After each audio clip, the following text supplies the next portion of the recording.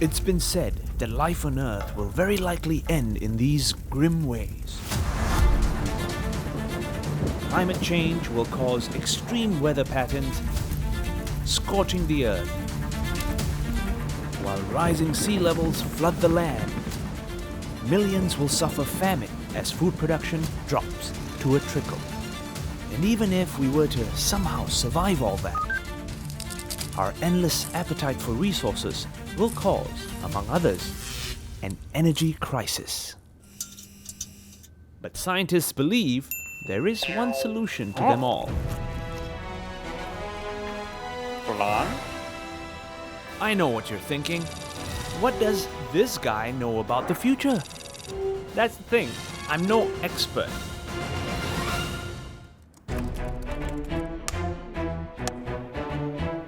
Oh boy. I feel like I'm giving birth to aliens. 3, 2, 1. Oh, there you go, right there. Wow. Digital resurrection. Digital biomarkers. tissue engineering, GM manipulations.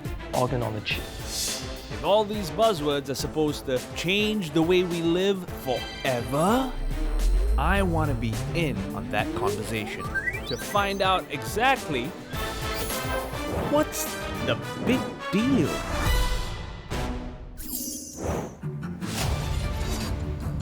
The claims are there. Bionic flora that could be future biodegradable machines. Crops that can be gene-edited to weather droughts or produce more nutritious food. Even sustainable building materials made from nature. So tell me, are you really a superhero in disguise?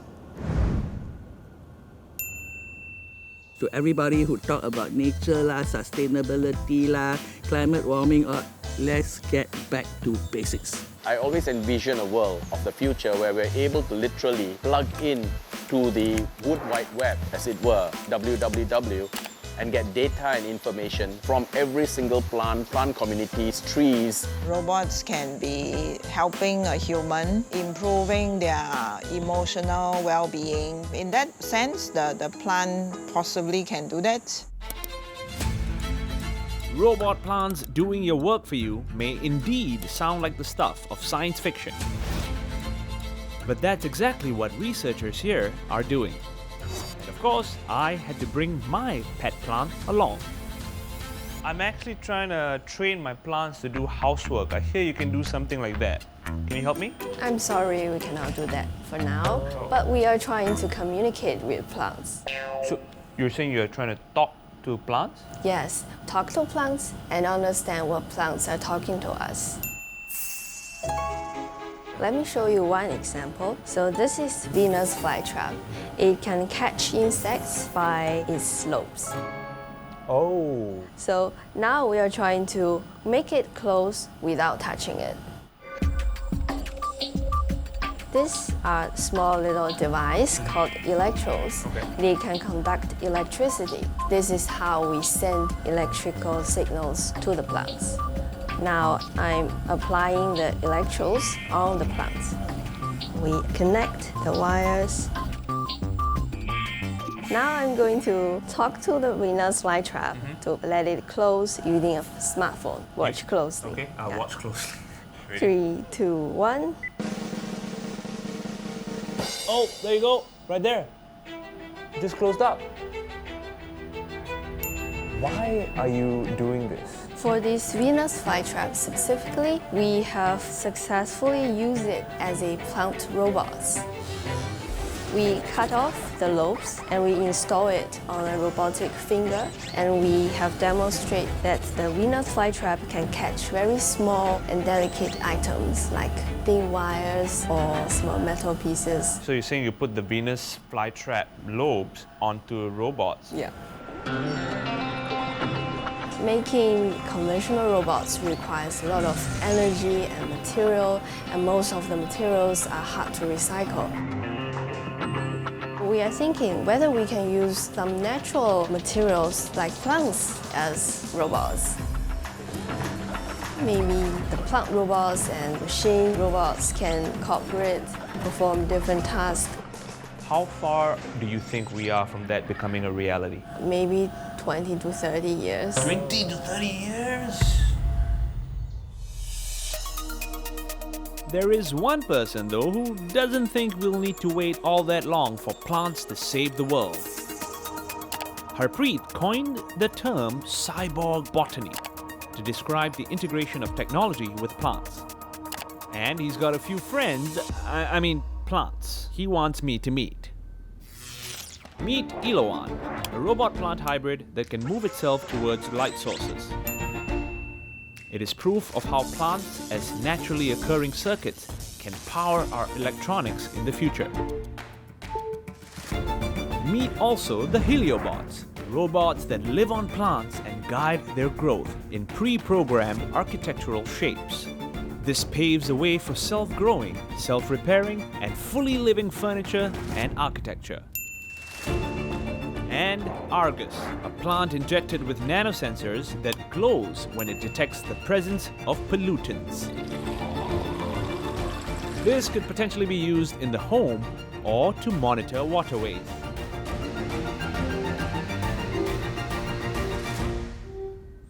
Help me understand this, Harpreet.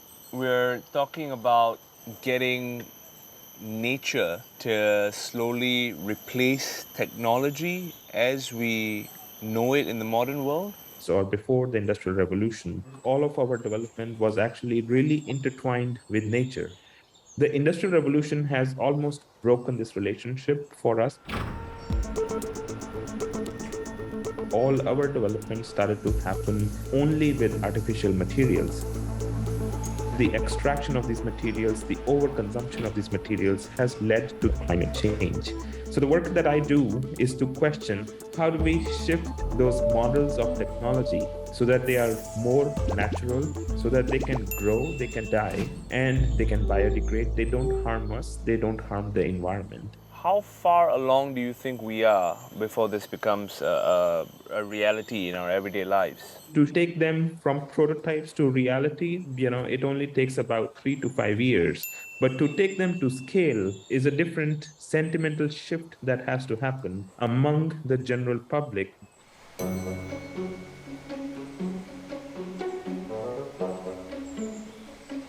So Harpreet envisions a world in which we are able to tap on the biological capabilities of plants to make life easier for ourselves, without creating as much waste or using as many resources as technology does today.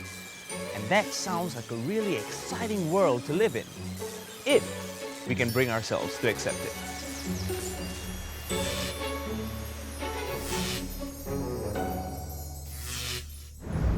Back here in the present, my question is this: are there scientific innovations that are ready to take on the world's problems today? And apparently, there are, if we've got the stomach for it. We've put the genes from the algae into our plant. So now we can make fish oils in a plant.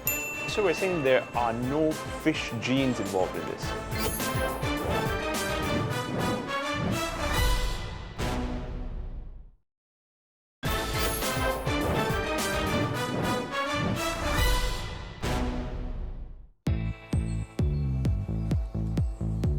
Plants, they've mutated or if not adapted to the climate that's existing now. Genetic modification actually exists, it's evolution as well. How can we produce food in light of the severe challenges that are coming? I don't think we have the option to say no to these technologies. Whether it's selectively breeding strawberries to grow the plumpest, sweetest varieties, or crossbreeding a Labrador with a poodle to get this really cute-looking Labradoodle, humans have been tinkering with gene selection as far back as 10,000 years ago, at the start of agriculture. Gene modification, GM, is adding new genes, new DNA to a plant. The first GM plant was created in the mid-1980s. The first commercial GM crop was grown in the US in the 1990s. GM will be able to deliver crops that are more resilient to climate change, that are able to withstand drought, that are more nutritious, that are more resistant to pests. GM has got to be part of the solution for the future of food security. But collectively, do we have the stomach for it? Of 1,000 Singaporeans and residents polled in a 2020 survey, 1/3 were opposed to genetically modified food, while another third didn't quite know what to think, leaving only 1/3 in support of GM food. All this modification, look, they make the fruit so big, they make it grow out of season. What for? I don't believe in all this gene modification. This is why I've traveled all the way to the UK. I want to understand why all this discomfort towards GM food. I'm also here to learn about a relatively new alternative, one that could open the door to a wider acceptance towards genetically modified food. And strangely, this is all possible because of Brexit.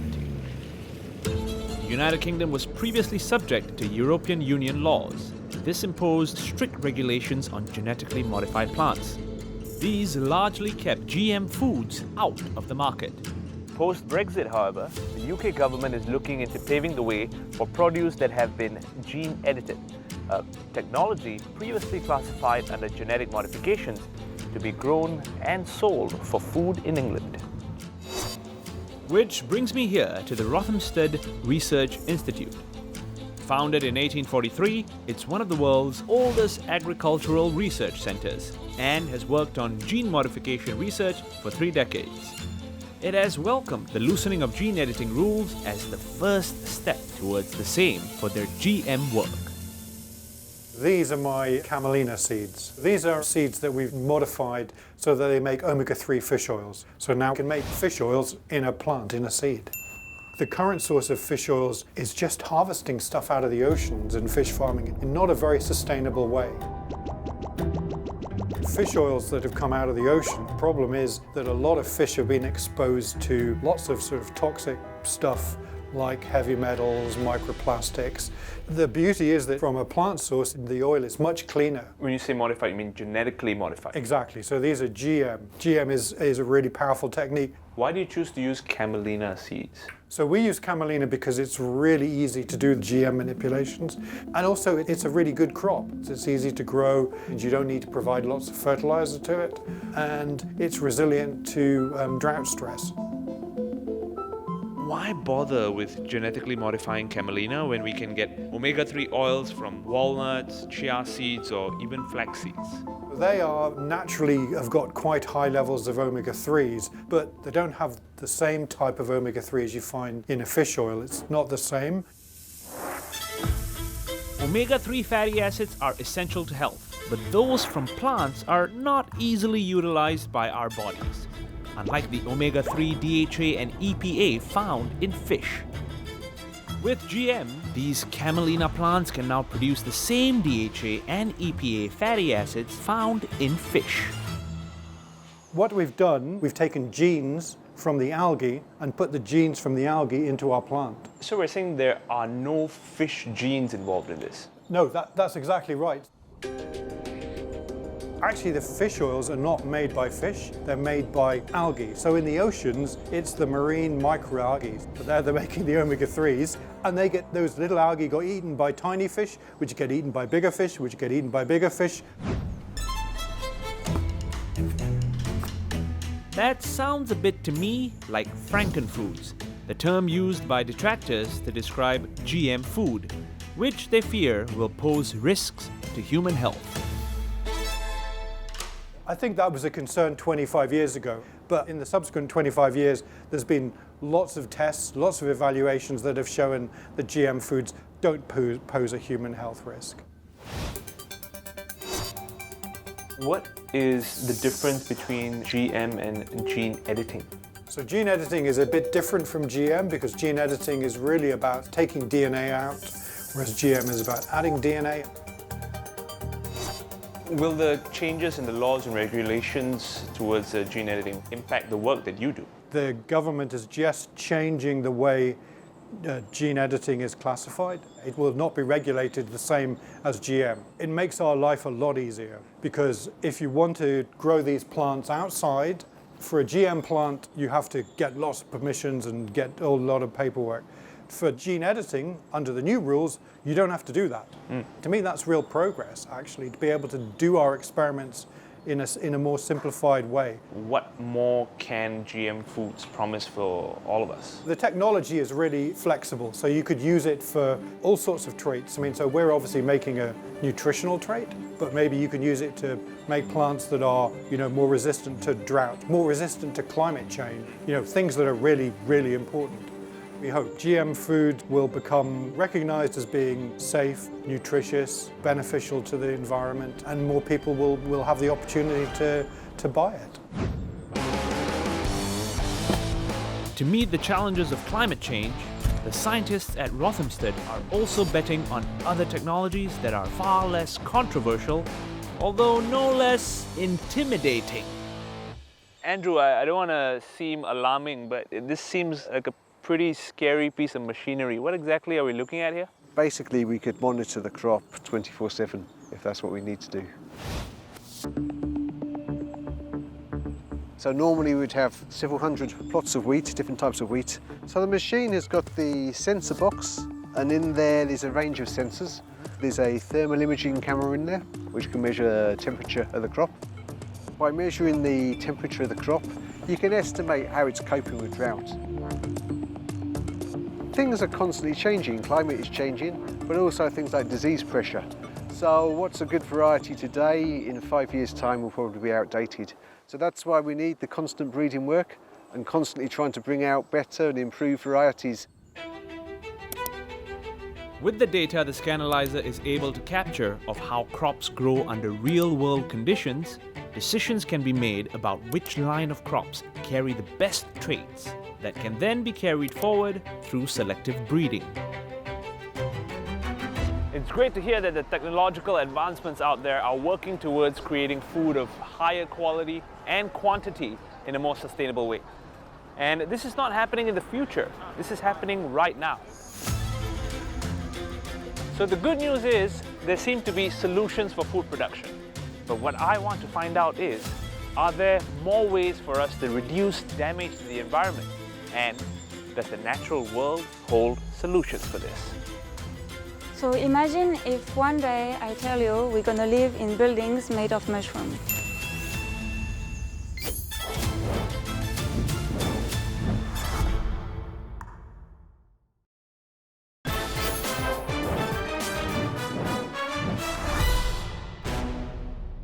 Once we step into the house, instead of things that is non-degradable, we would love to see things like mushroom ladder from the sofa, your kitchen cabinet, to your bookshelving, computer table. All this can be manufactured through mushroom.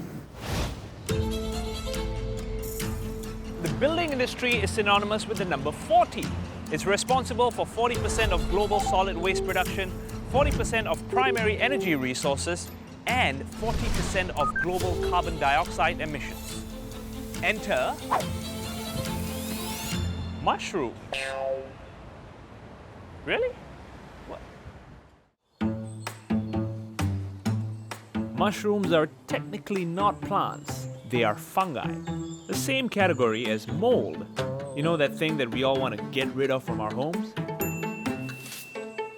Look at this fungus. If you think about having this in a building, what comes to your mind? Buildings made of mushrooms. Yeah.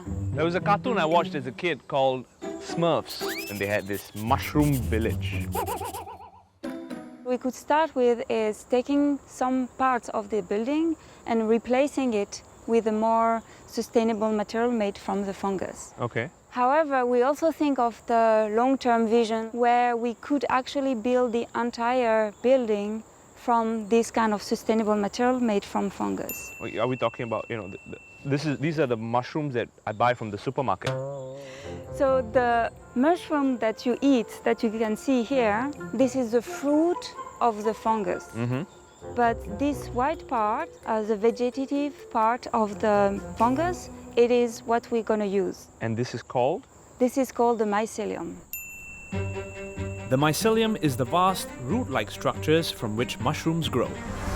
Underground, these make up a highly connected 3D network, which acts like a natural glue that can bind materials like sawdust or even food waste, making it a potential replacement for building materials that leave large carbon footprints. You cut the pollution on the materials because it's sustainable. You can grow these locally. Fungi, you can find them everywhere in the planet.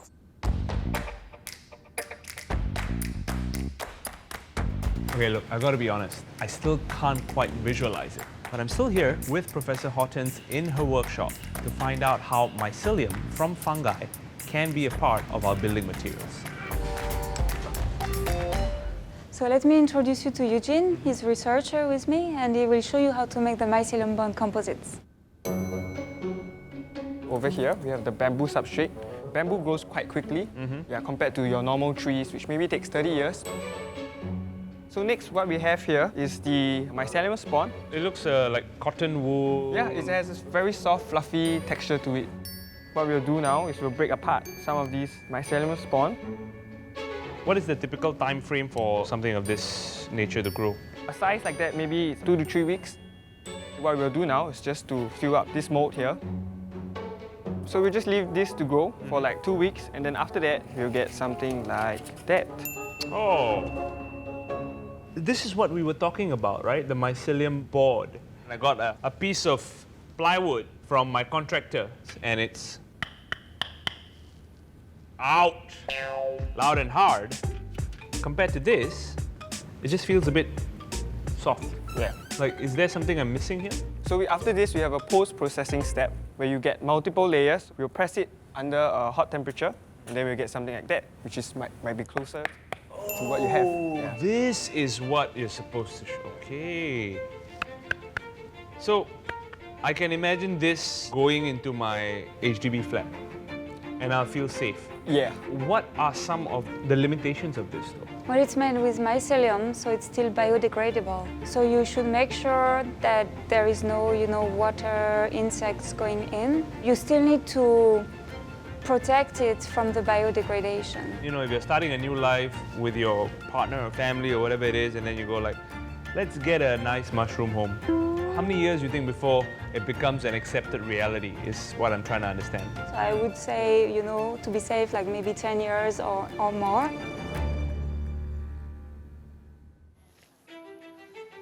When I first started filming this episode, I wanted to find out what's the big deal with plants and fungi.